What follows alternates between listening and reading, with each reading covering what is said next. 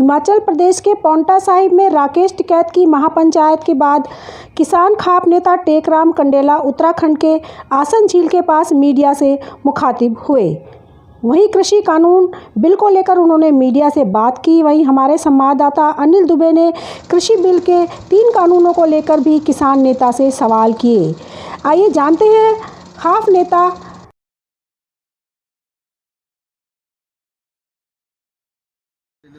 Sir, पहले तो अपना परिचय बताएं, कहां से आप आए हैं, कौन है?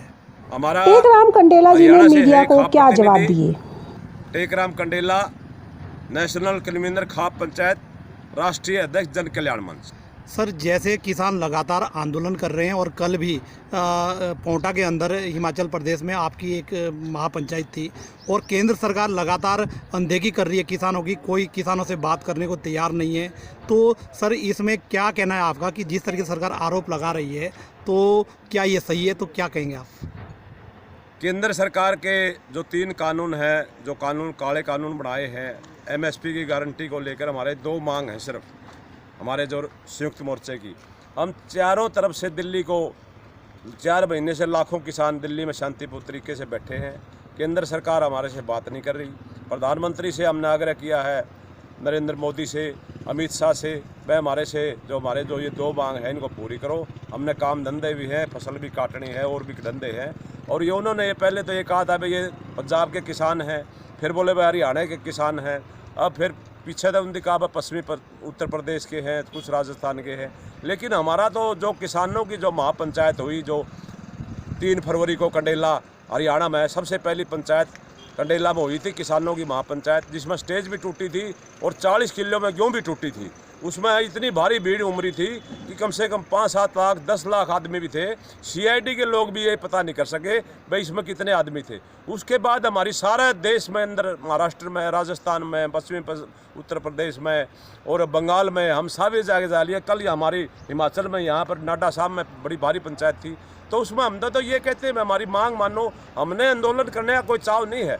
हम तो देखो ये कहते हैं भाई दूसरी पार्टियों के लोग हैं, ये भाई ये माओवादी हैं, ये कांग्रेसी हैं, भाई ये है। मैं खुद बीजेपी के वोट दिए, मैंने हरियाणा में बीजेपी को बनाया और बीजेपी में प्रधानमंत्री नरेंद्र मोदी के वोट दिए हैं। हम चाहते हैं कि प्रधानमंत्री हमारे से बात करो किसान मोर्चे से और हमारी मांग मान लो, क्योंकि हमने लंबा समय हो गया है, लोगों ने काम भी है, फसल का भी काम है, हमने अपने खेती बाड़ी भी करनी है। तो चारों तरफ से दिल्ली में लोग बड़े तंग हो रहे हैं, मच्छर भी हो गए हैं।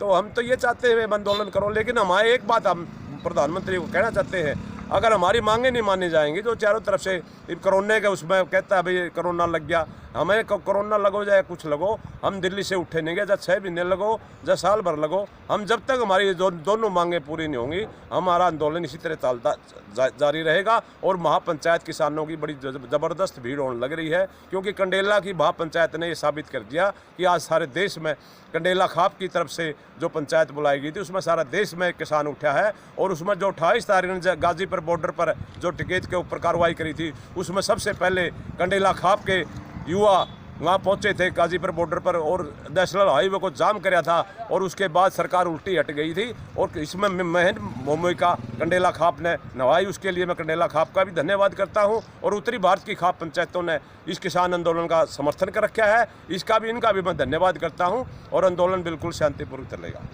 सर, बताएं कि जैसे कल भी पांवटा के अंदर एक बहुत बड़ी महापंचायत हुई थी किसानों की और लगातार किसान आंदोलन कर रहे हैं, लेकिन जो केंद्र सरकार है वो लगातार अनदेखी कर रही है और किसानों की बातों को नहीं सुन रही है, उल्टे आरोप लगा रही है कि ये किसान ही नहीं है। तो सर, क्या कहना है इसमें आपका? 4 महीने से केंद्र के दिल्ली के चारों तरफ लाखों आदमी अनुशासन के तरीके से, शांतिपूर्ण तरीके से किसान दिल्ली को घेरे बैठे हैं। केंद्र सरकार से हमने बार बार कहा है भी हम अनुशासन। Anil Dubey, Divya times India, Vikasnagar.